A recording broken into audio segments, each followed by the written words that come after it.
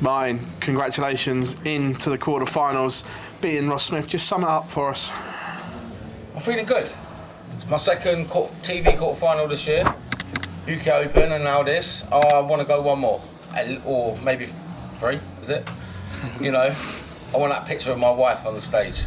I don't care about the money and trophy. I want that picture of my wife saying we're winners. There's a lot goes in darts. So I was saying to Alan earlier, you know, the wives behind the background, they do a lot of work, and I want that picture. You said you were going to ruffle some feathers, and you certainly have done. Is this the best you felt on the stage? I still feel I can play better. I've not hit 100 average yet. It's crazy, but yeah, they can go groom themselves.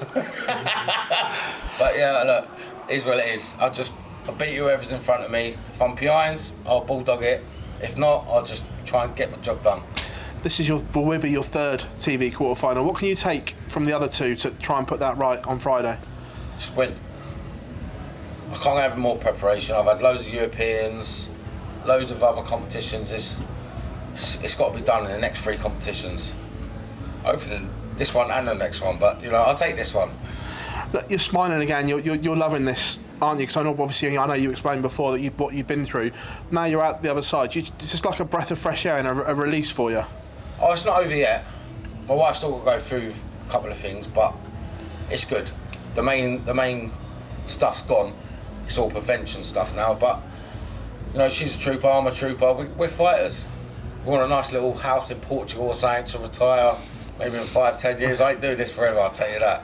I ain't no Gary Anderson or MVG or whatever. I ain't doing this forever.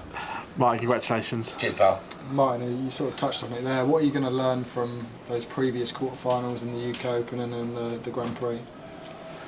I just got to win, ain't I? Get over that line and just win. You know, if I get this quarterfinal out of the way, who knows? Richie, Dekar, the last 2 competitions, you know, can mix it right up. Martin Lukeman, you know, Premier League will be a right bundle then, won't it? When you look at the top half of the draw in this tournament, lots of the names in terms of their TV experience in those quarterfinals haven't got that experience. Cameron Menzies, Mickey Mansell, they're both going to be playing in their first TV quarterfinals. You've been there. Is that a little bit of an advantage, a tick in the box for yourself? Oh, there's no advantage. They're all quality players on their day. I mean, Mickey Mansell would probably beat me more times than I've beaten him. He's a bit of a slow, methodical player, but he's a quality player. I can't say nothing bad about him. It's just, that's how he plays darts. But my side of the draw, I'm feeling good. I'm feeling like maybe it could be me and Littler in a fight. I hope Littler goes out, but probably won't. Is that the dream final for you? Nah, I want him to go out. I'll have someone else. Perfect. Lovely stuff, Martin. Cheers, pal. Martin, it just seems like you're playing up there with no pressure. Do you feel like that? You play with such a freedom, and you talk with such a freedom, like you've done this so many times before. It's not freedom. I just feel like I've started to belong. I feel like I've put a lot of hard work in. I slacked off the last maybe 12. I started off well at the beginning of the year, like I said, with the UK Open, and then I just, don't know, I went dead. And I got my old dart room built up, and I'm in that room every single day with Connor Scott. Me and him are just doing. He's up at 9 o'clock in the morning. I roll in my room about 12. He's already done 3 or 4 hours. I do what he does, but I'll play 12 till 4. Then I'll go Super League 3 days a week, or if I'm free, that is. I still play. I'm going to Somerset after this. Play county for Middlesex. Does that other preparation away from the PDC? I mean, how much does that help, especially at this time of year when there's so many tournaments? Just keeping that arm going and keeping that confidence up as well. I'm assuming that you're winning these events. I'm winning a lot more than I lose, yeah, but it's just that you can practice all you want in your shed or your room or whatever it is, whatever setup you got, but you need to go get that match practice. You know, a lot of competitions local, you got Ed House, Simon Whitlock, you got Conan Whitehead, Connor Scott. You know, they're quality competitions. They're not easy opens. Do you know what I mean? And other Challenge Tour players I've probably not even mentioned, Modus players, and you know, they're not easy, but it's good practice for us.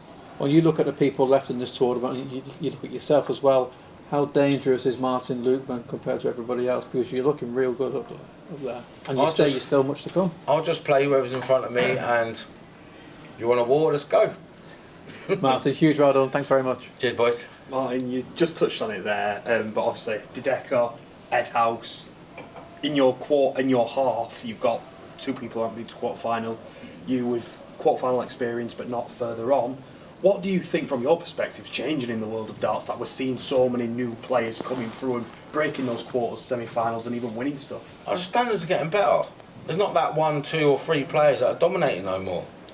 You know, and the big boys, I think, are starting to realise it. You know, Littler might go for one competition, play ballistic, great, and then 2 competitions, he's gone. Luke Humphreys the same, Michael Van Gerwen, Price.